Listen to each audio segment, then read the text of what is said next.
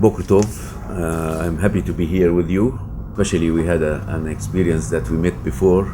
I think it is important at this junction to speak to each other because we both feel the pressure not only internally but externally.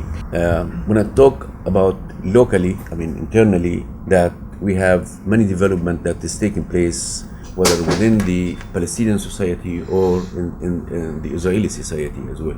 In the Palestinian side, there is a new era that is taking place now, which is a new leadership for Fatah, the mainstream within the Palestinian politics.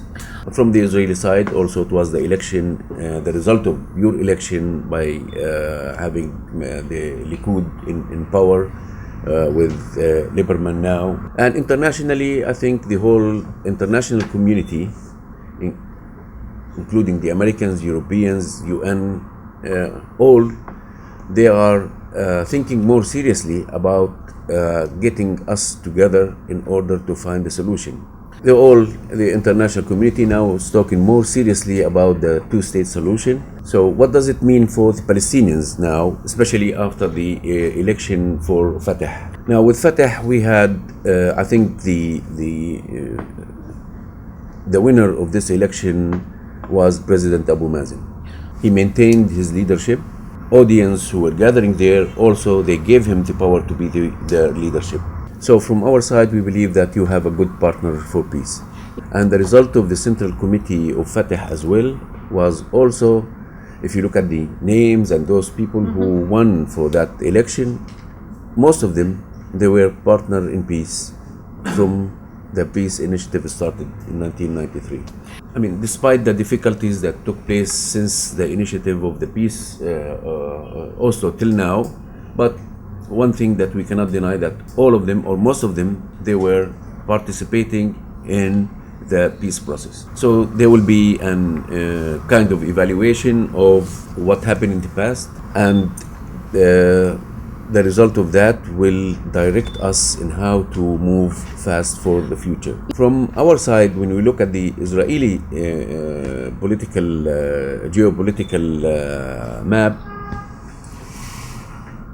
we see that there is some sort of resistance to go forward for the peace process, especially applying to the steps of the roadmap. The whole international community, they are saying that the Palestinian side almost fulfill their obligation toward the roadmap. They're dealing according to not us, but also for the Americans who are involved with us, that security is we are more confident about our security apparatus that is fulfilling their obligation. We have a government led by Dr. Salam Fayyad that is also trying to deal positively toward the people and toward the peace process. On the other side, we feel that the Israeli side, that the government right now, they are not even trying to comply with their part on the roadmap. Don't try. For example, they're not trying. For example, I mean, there is a lot of talks about the settlement and the freeze of the settlement. We have to differentiate between a condition. We're not putting any conditions for the continuation of the negotiation. What we are asking for, it's some sort of a prerequisite that is needed to continue the negotiation by complying with the roadmap. You go to a university, if you are a student there, and if you want to take a certain course, they will ask you to take a course before in order to make you ready to take the other course, and this is the prerequisite. Okay. But the condition, this is something, I cannot do this, I will not do this. And this is where the obligation from your side should be at least applied in order for us to sit together and to continue.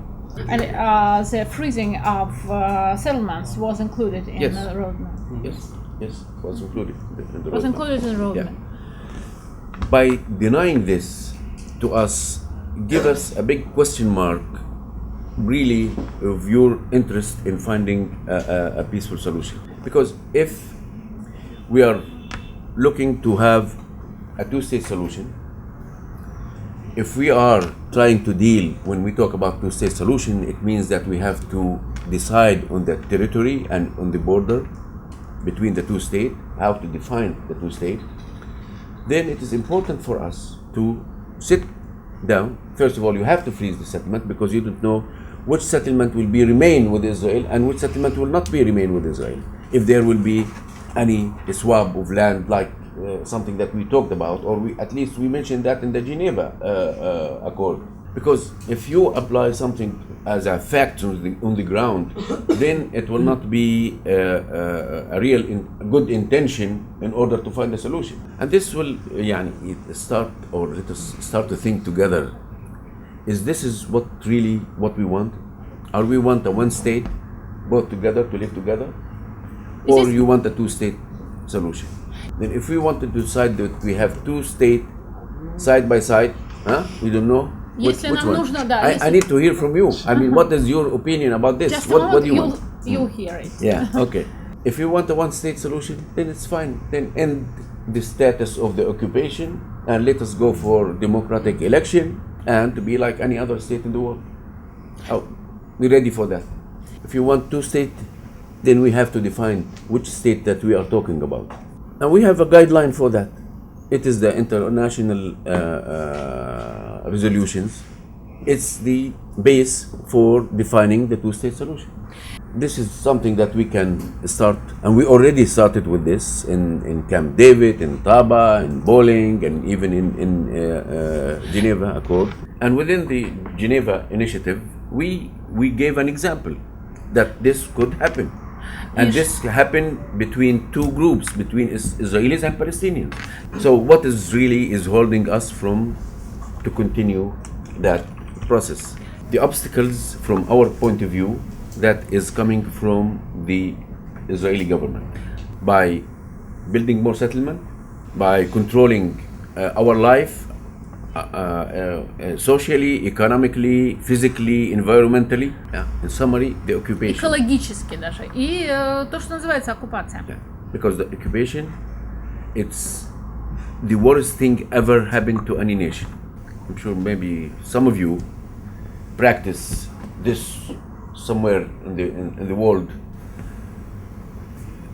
how it is difficult for anybody to live under somebody else is controlling his life. Peter Lukimson says we were living under Soviet regime and Soviet occupation. Okay, so I'm sure you are not happy about this, and that's how we are. We are not happy about the occupation. Or are you happy by getting out of there and coming here in order to control our life? So, okay, and I'm giving you, I'm trying what I'm... Куча вопросов. Okay, probably we'll finish with introduction.